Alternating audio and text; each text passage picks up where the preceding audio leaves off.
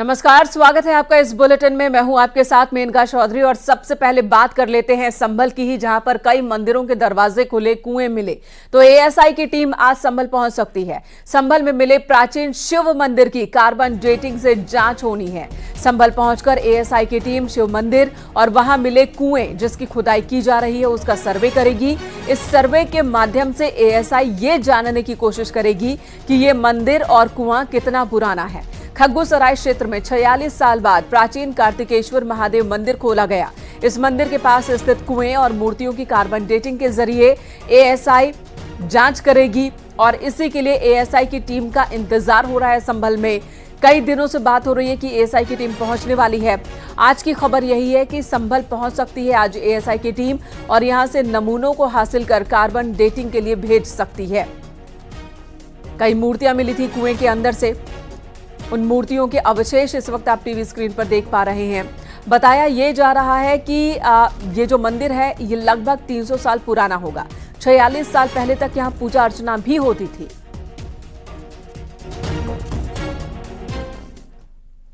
संभल में मिले प्राचीन शिव मंदिर और उसके परिसर में स्थित कुएं की कार्बन डेटिंग के जरिए एएसआई की टीम जल्द ही सैंपल लेने के लिए पहुंच सकती है। और इससे पहले गुरुवार को नायब तहसीलदार के नेतृत्व में राजस्व विभाग की टीम पहुंची। मंदिर के पूरे परिक्रमा स्थल और उसके आसपास के रास्तों की पैमाइश की गई, निशान लगाए गए।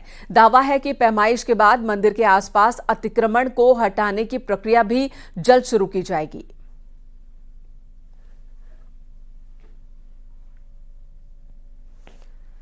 तो मंदिर और आसपास के इलाके की पैमाइश की गई है। मंदिर के अगल बगल जो परिक्रमा पथ था उस पर भी अतिक्रमण कर लोगों ने घर मकान बना लिए थे।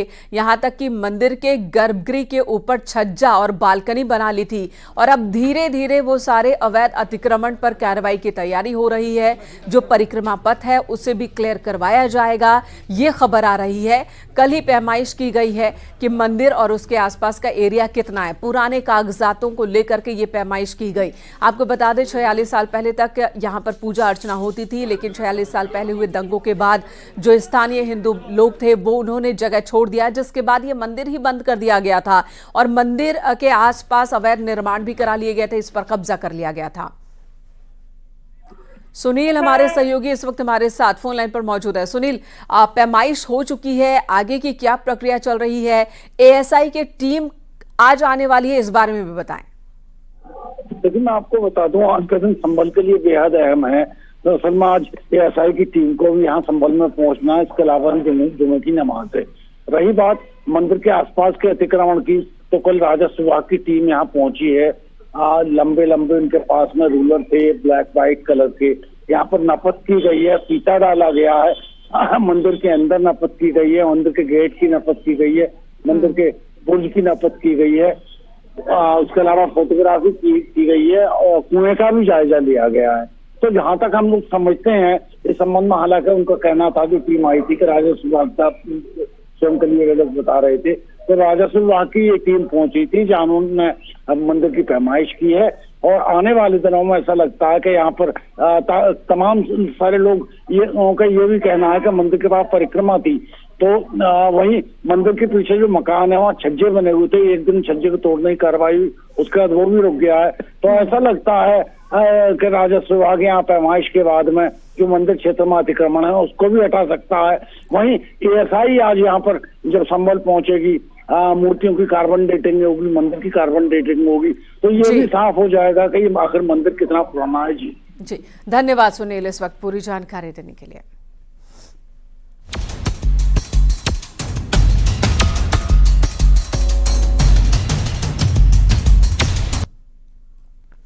आज जुम्मे की नमाज है, लिहाजा संभल समेत कई जगहों पर पुलिस प्रशासन अलर्ट है। पुलिस के साथ ही पीएसी और आरएएफ के जवान मुस्तैद हैं।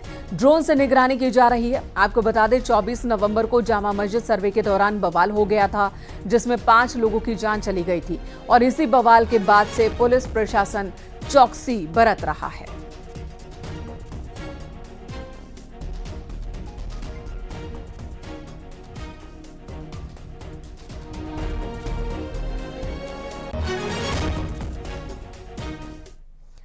और बड़ी खबर यह है कि संभल में 24 नवंबर को हिंसा के बाद पुलिस प्रशासन की ओर से दंगाइयों के खिलाफ लगातार कार्रवाई जारी है। दंगाइयों के खिलाफ पुलिस ने कार्रवाई तेज करते हुए तकरीबन 200 पत्थरबाजों को धरपकड़ किया है। CDR खंगाली जा रही है। हिंसा के बाद से सैकड़ों उपद्रवी फरार हैं और उनकी गिरफ्तारी के लिए संभल पुलिस दिल्ली, पंजाब, हरियाणा, राजस्थान, मध्य प्रदेश और बिहार में छापेमारी कर रही है। दावा है कि इस मामले में पुलिस जल्द ही बड़ी गिरफ्तारियां कर सकती है।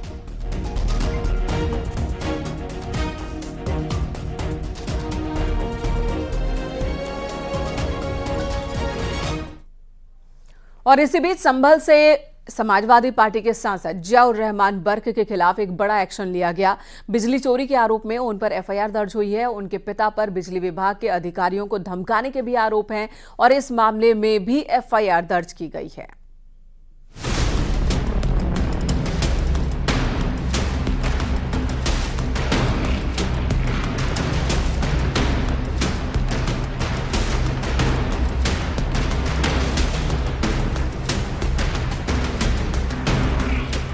संभल से SP सांसद जियाउर रहमान बर्क के खिलाफ बिजली चोरी की FIR दर्ज कराई गई है, जबकि उनके पिता ममलुकुर रहमान बर्क और 2 बाउंसर वसीम व सलमान के खिलाफ बिजली अधिकारियों कर्मचारियों को धमकी देने के मामले में रिपोर्ट दर्ज कराई गई है। तो अब रविंदर ने बताया कि हमको हमारे परिवार को धमकी दी गई कि मेरी सरकार आएगी तो फिर आपको देख लिया जाएगा जो आप लोग काम कर रहे हैं।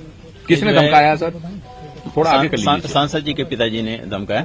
हाँ। क्या धमकाया? एक मिनट बोलने दीजिए। अभी आपको ऑडियो क्लिप उसका वीडियो रिकॉर्डिंग में है, हाँ। धमकी दिया गया उनके द्वारा। हाँ। उसके लिए अभी हम लोग FIR।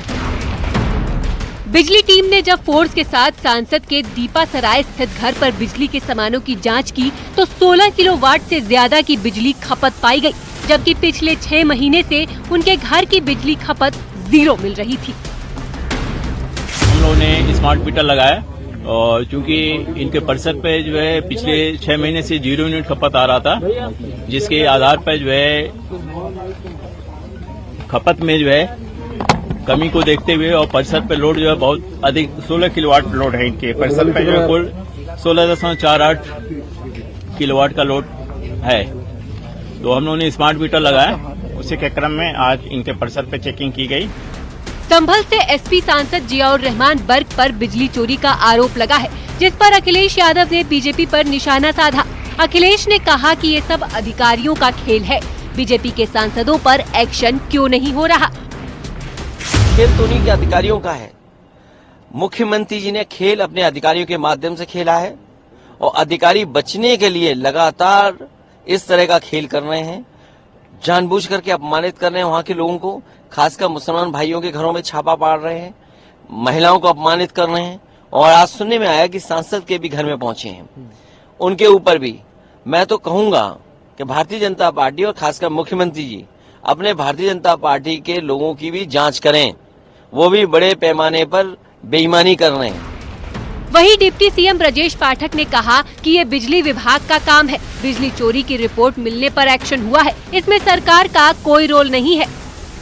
तो बिजली विभाग के लोग बताएंगे, यदि चोरी कहीं हुई है तो कानून अपना काम करेगा। उत्पीड़न या परेशान नहीं किया जा रहा, उनका आरोप है। आप पता करें, यदि चोरी हुई है और पुलिस विवेचना कर रही है, FIR हुई है, कानून अपना काम करता है, सरकार से कोई लेना देना नहीं। संभल में मामले की गंभीरता को देखते हुए बिजली विभाग के अधिकारियों ने SP सांसद जियाउर रहमान बर्क के घर की बिजली काट दी है। पुलिस बड़ी संख्या में फोर्स लेकर पहुंची थी, जिसके बाद बिजली विभाग की टीम ने करीब 1 घंटे तक बिजली के कई उपकरण चेक किए। स्मार्ट मीटर और घर में उपकरणों की जांच करने पर बिजली की खपत करीब 16,480 वाट पाई गई। पुराने मीटर में भी लैब की जांच रिपोर्ट में बिजली चोरी की पुष्टि हुई है। वहीं घर में जांच के दौरान सांसद के पिता ममलुकुर रहमान बर्क पर बिजली अधिकारियों को धमकाने का आरोप है। ऐसे में सांसद और उनके पिता पर हुई FIR ने एक बार फिर सियासी पारा हाई कर दिया है। न्यूज़ 18 के लिए ब्यूरो रिपोर्ट।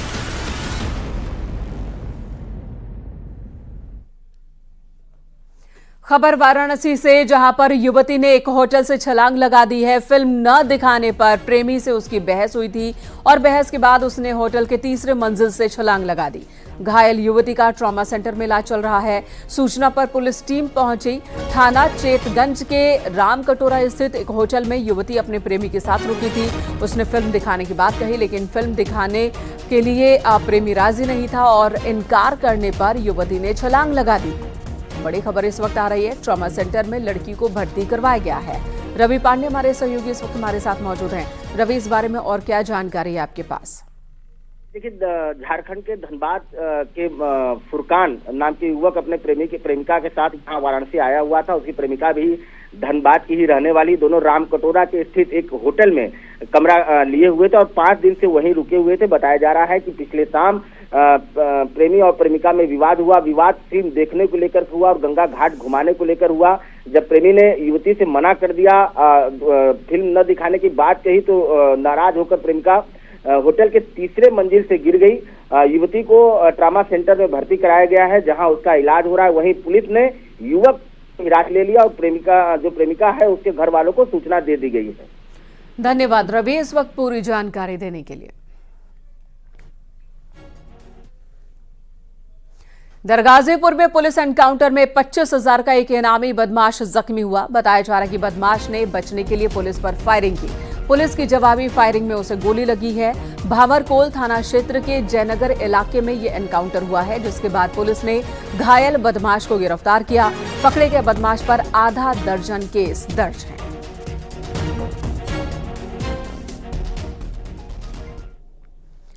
झांसी में एनकाउंटर में अपराधी सुमित यादव के पैर में गोली लगी, जिससे वो गंभीर रूप से घायल हो गया, जबकि उसके साथी मौका पाकर फरार हो गए। उसके ऊपर जेलर पर हमले का आरोप है। 14 दिसंबर को जिला कारागार के जेलर पर इसने हमला किया था, जिससे वो गंभीर रूप से जख्मी हो गए थे। पुलिस को सूचना मिली कि सुमित यादव अपने साथियों के साथ सुकवा कॉलोनी के पीछे छिपा है, जिसके बाद कई थानों की पुलिस फोर्स सुमित और उसके गुर्गों को घेर लिया। फोर्स ने पुलिस से घिरता देख आरोपी सुमित और उसके साथियों ने पुलिस टीम पर कई राउंड फायरिंग की है। पुलिस की जवाबी कार्रवाई में वो जख्मी हुआ। 4 बदमाश आए थे और इन पे हमला कर दिया था। इस संबंध में थाना नवाबाद को उचित धाराओं में अभियोग पंजीकृत करके कुल 5 टीमें लगाई गई थी इन अपराधियों को ढूंढने के लिए। आज थानाध्यक्ष नवाबाद को मुखबिर से सूचना मिली कि जो उस दिन हमले में अपराधी शामिल था सुमित नाम का, वो आज सुकमा डुकमा कॉलोनी के पीछे जंगल में किसी अपने साथी का इंतजार कर रहा है। इस सूचना पर पुलिस की टीम बना करके इसकी घेराबंदी की गई। अपने को घिरता हुआ देख करके इसने पुलिस टीम पर फायर कर दिया। काउंटर अटैक में इसके पैर में गोली लगी है। घायल को हॉस्पिटलाइज करा दिया गया है। इधर आगरा पुलिस ने देर रात छापेमारी की कार्रवाई को अंजाम दिया है। अवैध हुक्का बार और बियर शराब के ठेकों पर बने अवैध कैंटीन पर छापेमारी की। पुलिस को देखकर हुक्का बार और शराब के ठेके पर अफरा तफरी मच गई। अब पुलिस संचालकों के खिलाफ केस दर्ज कर आगे की कार्रवाई में जुटी है। थाना शाहगंज क्षेत्र के खेरिया मोड़ के पास पुलिस ने ये एक्शन लिया है। पुलिस को सूचना मिली थी कि क्षेत्र में कई अवैध हुक्का बार चल रहे हैं, जो नाबालिगों को भी हुक्का परोसते हैं, और साथ ही शराब और बियर के ठेकों पर अवैध कैंटीन भी बनाई गई हैं, और इन्हीं सूचनाओं पर पुलिस ने एक्शन लिया। कमिश्नर साहब और डीसीपी सिटी साहब के निर्देशन में जो अवैध जुआ सट्टा और मादक पदार्थों के खिलाफ अभियान चल रहा है, उसी में कुछ अवैध कैफेज की सूचना हमें प्राप्त हो रही थी। इसमें गोल्डन कैफे और अफलातून पे छापा मारा गया, जिसपे गोल्डन कैफे में हमें जो है हुक्के कुछ प्राप्त हुए, जिसपे उन्होंने गिरफ्तार कर लिया गया है। मुकदमा लेकर के उनके संगत कार्रवाई की जाएगी। और एक बियर शॉप भी थी जो शराब पिला रही थी, उनके खिलाफ भी कार्रवाई 34 का चालान किया जा रहा है और उस जो शॉप है उसकी कैंसिलेशन की रिपोर्ट प्रेषित की जा रही है। इस तरह जो मादक पदार्थ और अननेसेसरी ऐसे बच्चों को बिगाड़ते हैं जो लोग, उनके खिलाफ लगातार कार्रवाई जारी रहेगी और ऐसे ही विधिक कार्रवाई करके हम आगे भी करते रहेंगे। हरदोई पुलिस ने धमकी देने के आरोपी को गिरफ्तार किया है। आरोपों के मुताबिक उसने गोल्डी बरार के नाम से बीजेपी एमएलसी अशोक अग्रवाल के बेटे को फोन पर धमकी दी थी। इस मामले में पुलिस ने वाराणसी से गोल्डी पटेल नाम के एक युवक को गिरफ्तार किया। पुलिस ने एमएलसी के बेटे की शिकायत के आधार पर केस दर्ज किया है, जब गंभीरता से जांच की गई तो धमकी देने वाले नंबर की लोकेशन वाराणसी में ट्रेस की गई, जिसके बाद पुलिस ने वाराणसी से उसे गिरफ्तार किया।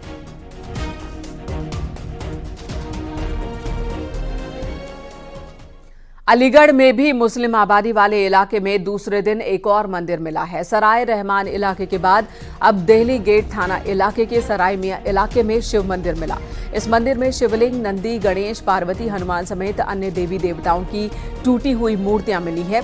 इसकी जानकारी मिलने पर बीजेपी के पूर्व मेयर शकुंतला भारती, बजरंग बल और अन्य हिंदू संगठनों के लोगों ने साफ सफाई करवाई।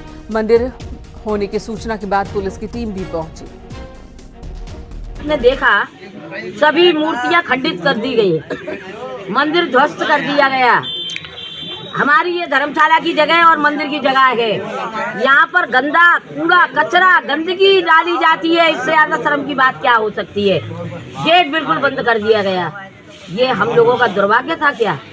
क्या हिंदू होना हमारा अपराध है क्या? मंदिरों की पूजा अर्चना करना हमारा अपराध है क्या? हमारी मूर्तियों को तोड़ा गया, हमारे भगवान जी को इस तरीके से आस्था की जो प्रतीक है उनको ठेस पहुंचाया गया।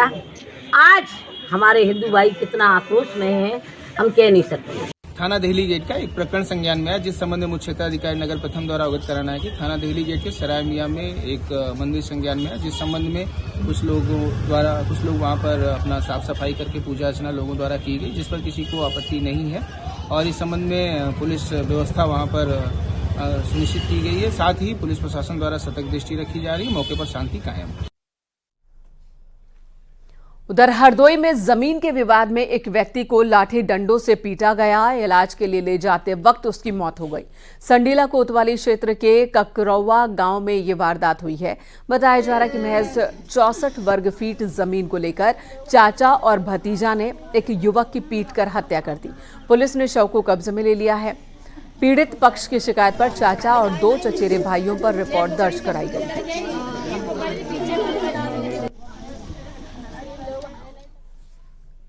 कन्नौज में एक महिला को बाल पकड़कर पीटने का वीडियो वायरल हुआ है। इस वायरल वीडियो में 2 महिलाएं एक महिला के बाल पकड़कर उसे खींच रही हैं।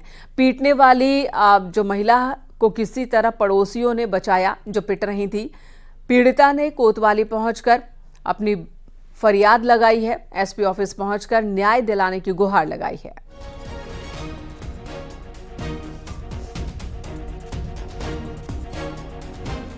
और अगली खबर मुरादाबाद से, जहां पर अंतर्राष्ट्रीय हिंदू परिषद के अध्यक्ष प्रवीण तोगड़िया ने हिंदुओं को बिना मुसलमानों का नाम लिए उनसे कारोबार न करने की शपथ दिलाई। पंचायत भवन में महाकुंभ 2025 कार्यक्रम के मंच पर प्रवीण तोगड़िया मौजूद थे और वहीं पर उन्होंने सबको शपथ दिलाई है। हिंदुओं से फल सब्जी खरीदने, हिंदुओं से ही बाल कटवाने, हिंदुओं के ऑटो रिक्शा में ही सवारी करने और कार, स्कूटर, फ्रिज, टीवी हिंदुओं से ही ठीक करवाने की शपथ दिलाई गई। प्रखंड का कोई अधिकारी ऊपर ना है। हिंदुओं की रक्षा के लिए आर्थिक शस्त्र का प्रयोग करेंगे। हम संकल्प करते हैं कि फल सब्जी खरीदेंगे हिंदुओं से, बाल कटवाएंगे हिंदुओं से, हिंदू की ऑटो रिक्शा में बैठेंगे, कार, स्कूटर, फ्रिज, टीवी हिंदुओं से रिपेयर करवाएंगे। रोजगार देना है तो हिंदुओं से देंगे। बोलो ये करेंगे तो कालिया तेरा क्या होगा? फल किसको बेचेगा कालिया? सब्जी किसको बेचेगा? फिर जकात कहां से देगा? जिहाद कहां से करेगा?